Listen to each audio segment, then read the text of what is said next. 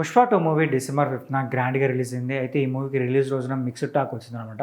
Fans వరకైతే ఈ movie చాలా బాగా ఎంజాయ్ చేస్తున్నారు. కానీ న్యూట్రల్ ఫ్యాన్స్ ఏంటంటే ఈ మూవీలో కొన్ని సీన్స్ వరకు చాలా అంటే చాలా బాగుంది. బట్ మిగతాదంతా నార్మల్‌గా ఫ్లాట్‌గా వెళ్ళిపోయింది. సో, అని చెప్తున్నారు. వాళ్ళు రివ్యూ చెప్తున్నారు.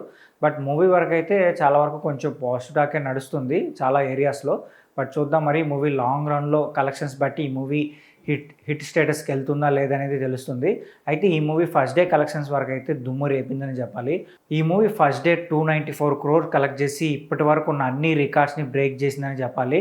అయితే 180 crores వరకు షేర్ కూడా కలెక్ట్ చేసి ఆ విషయంలో కూడా రికార్డ్స్ బ్రేక్ చేసిందని చెప్పాలన్నమాట. అయితే ఈ మూవీ ఎన్ని కోట్లు కలెక్ట్ చేసినా కూడా ఈ మూవీకి ముందు రోజు జరిగిన ఇష్యూ గురించి ఎక్కువ మంది జనాలు మాట్లాడుకుంటున్నారు. అదేంటంటే ఆర్టీసీ క్రాస్ రోడ్ సంధ్య థియేటర్ ఈ మూవీ సెలబ్రేషన్ జరుగుతున్నప్పుడు ప్రీమియర్ షో సెలబ్రేషన్ జరుగుతున్న టైంలో అల్లు అర్జున్ గారు అక్కడ రావడం వల్ల కొంచెం జనాలు ఎక్కువ మంది గ్యాదర్ అయ్యారనమాట.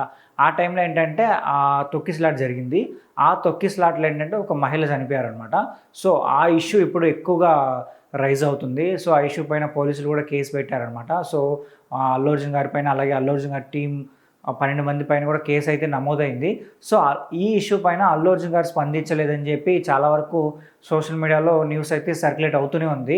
ఆయన ఏదో ఒకటి స్పందించి ఏదో ఒకటి మాట్లాడచ్చు కదా, దీని గురించి ఏదో ఒకటి చెప్పచ్చు కదా అని చెప్పి సో ఫ్యాన్స్ కూడా అలాగే న్యూట్రల్ ఫ్యాన్స్ కూడా చెప్తూనే ఉన్నారు.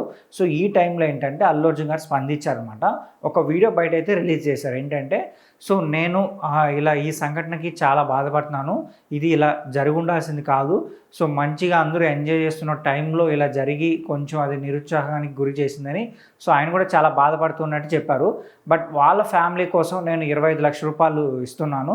అయితే ఇది చాలా తక్కువే, వాళ్ళకి ఎంత చేసినా కూడా తక్కువే, కానీ ఏదో వాళ్ళకి కొంచెం హెల్ప్ అవుతుందని చెప్పి నేను 25 lakhs ఇస్తున్నాను అని చెప్పి ఆయన చెప్పారు.